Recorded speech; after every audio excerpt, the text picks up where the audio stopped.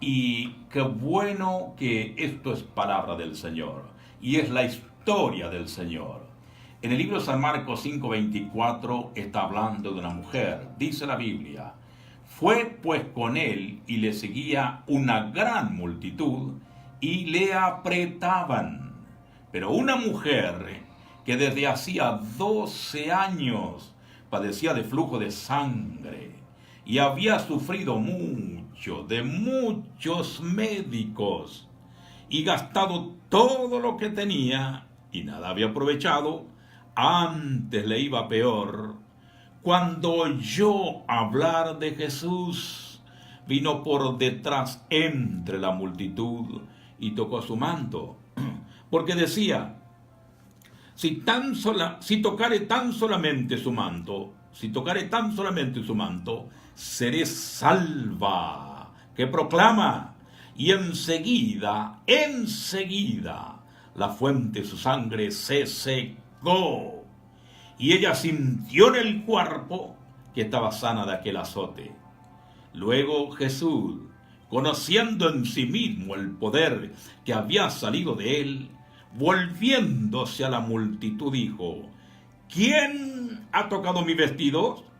Sus discípulos le dijeron: ves que la multitud te aprieta y dice: ¿quién me ha tocado? Pero él miraba alrededor para ver quién había hecho esto. Entonces la mujer, temiendo y temblando, sabiendo lo que en ella había sido hecho, vino, se postró delante de él y le dijo toda la verdad. Y él le dijo: hija, tu fe te ha hecho salva. Ve en paz y queda sana de tu azote. ¿Qué historia?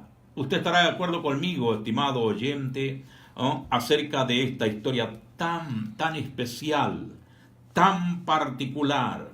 Cuando leemos en la Biblia y seguimos el recorrido de Cristo, qué apasionante la vida del Maestro, cuando sanó, cuando ayudó, etcétera, etcétera. Pero un detalle quiero ver con ustedes. Dice que la multitud le apretaba, la gente allí detrás de él, multitudes. Cuando hablamos de multitudes, ¿qué queremos decir? Estamos hablando de un conjunto de mucha gente. 1,000 personas, 2,000 personas, 3,000 personas. Algunos de los evangelios hablan de 5,000 hombres, sin contar las mujeres y los niños. Y la Biblia habla mucho acerca de las multitudes. Por ejemplo, en otro pasaje la Biblia dice: al ver las multitudes tuvo compasión de ellas. Dice otro pasaje de la Biblia: le siguieron grandes multitudes y los sanó. También dice: oyendo tan grandes cosas, grandes multitudes vinieron a él. Cuando Cristo hacía milagros, más se multiplicaba la gente, las multitudes. Jesús decía a las multitudes que salían para ser bautizadas por él, la generación que demandaba señales, dice, apiñándose las multitudes, comenzó a decir, los confrontó, cuando decía: esta generación es mala, demanda señal. Entonces dice la Biblia, que Cristo siempre estaba rodeado y acompañado de grandes multitudes. Hoy hay grandes multitudes, ¿no es cierto?, que corren detrás de dioses falsos, detrás del apoyo económico, del referente económico, de la fama. Muchas multitudes corren detrás del deporte. Cuando un relator deportivo transmite un partido de fútbol, dice: pasión de multitudes, porque esto capta la mente y el corazón de la gente. A veces hemos sintonizado un programa de televisión de un partido de fútbol, y hay algunas canchas, ¿no es cierto?, que están repletas de gente, multitudes. En los recitales ¿no? Las convocatorias de X artistas, etcétera, etcétera, ¿no? Con la secuela que trae, muchas multitudes corriendo. Es como que la gente está rodeada de tantas situaciones de presión y buscan, ¿no es cierto?, el ídolo de referencia del momento, de moda, para encontrar un auxilio y un escape a las circunstancias personales que le demandan y que no tienen solución, y también a las presiones de la vida.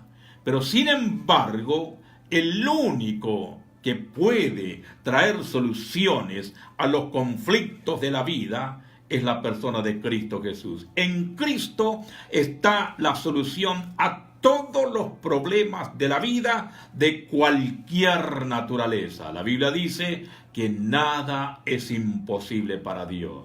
En esta multitud, cuando hablamos de ella, algunos de ustedes, amigos que nos sintonizan, habrá estado rodeado de multitudes en algún momento, habrá palpado el ambiente, ¿no?, el desánimo, la esperanza, la desesperanza, la angustia de la gente, ¿no? ¿Cuántas situaciones ocurren dentro de la multitud? No es que allí fuera, sin Dios, la multitud está rebosante de gozo, de entusiasmo, o si lo hay, es una circunstancia pasajera. Cuando terminó dice, ¡hey, ganó mi equipo!, grita la multitud. ¿Y ahora qué? Se terminó. ¿Qué pasó con la experiencia que debería revitalizarlo para hacer frente a los desafíos de la vida? Entonces la multitud está llena de conflictos, de necesidades. Por ejemplo, aquí tenemos nuestra ciudad de Quilmes, es una multitud. Nuestra ciudad es una gran ciudad. Algunos en la estadística nos dicen que hay más de 600.000 personas en Quilmes. Es una multitud. Hombres con necesidades, con conflictos, matrimonios, jóvenes, los empresarios, los comerciantes, los profesionales, etcétera, etcétera, los matrimonios, los hombres. Ayer hablábamos con una joven que se acercó para compartirnos acerca de la necesidad de su padre, que decidió internarse en una clínica psiquiátrica para buscar auxilio a su necesidad. Y ella vino y compartimos la palabra de fe y de oración por él. Pero la necesidad de la multitud. La gente que nos sintoniza es parte de la multitud. Sabe Dios que en cada hogar hay una necesidad. Puede ser un hogar destruido, un hijo en adicciones, una persona que se volvió contra los principios de Dios y está gritando de alguna manera, hay alguien que me pueda ayudar. Y aquí encontramos en esta mañana, para dejar este pensamiento, en esta multitud que seguía a Jesús, que apretaba a Jesús, dice la Biblia, pero una mujer que desde hacía 12 años tenía una necesidad. ¿Cuál era? Padecía flujo de sangre. ¿Por cuánto tiempo? 12 años. 12 años, mucho tiempo. Ha pasado, son muchos días, muchas horas en necesidad, todos los días con la misma situación. Y agrega el escritor sagrado, y había sufrido mucho de muchos médicos, en plural. Esto es una nota negativa para los médicos. Los médicos, hace poco alguien tuvo una situación de enfermedad galopante y entraron al quirófano con el hombre desde San Rafael, Mendoza, me acuerdo, y llamó a la esposa por teléfono pidiendo oración. Y el médico dijo, hicimos lo que pudimos, ahora recen. Como diciendo, nosotros tenemos limitaciones, no podemos devolver la vida y la sanidad a este cuerpo. Gracias a Dios que el caso que les refiero, Dios lo restauró, y anoche estuve con la persona, le dije, estoy bien, me movilizo, puedo manejar, etcétera, etcétera. Pero los médicos tienen sus limitaciones, pueden llegar hasta cierto punto. Agradecemos los esfuerzos de la ciencia médica. Y dice que esta mujer, dice la Biblia, gastó todo lo que tenía. con tal de alcanzar alivio a su necesidad, pero nada le había aprovechado. Mire qué palabra negativa, qué palabra frustrante, qué palabra difícil. Antes le iba peor. ¿Cómo le está yendo a usted, amigo que nos sintoniza? ¿Le está yendo mejor o le está yendo peor?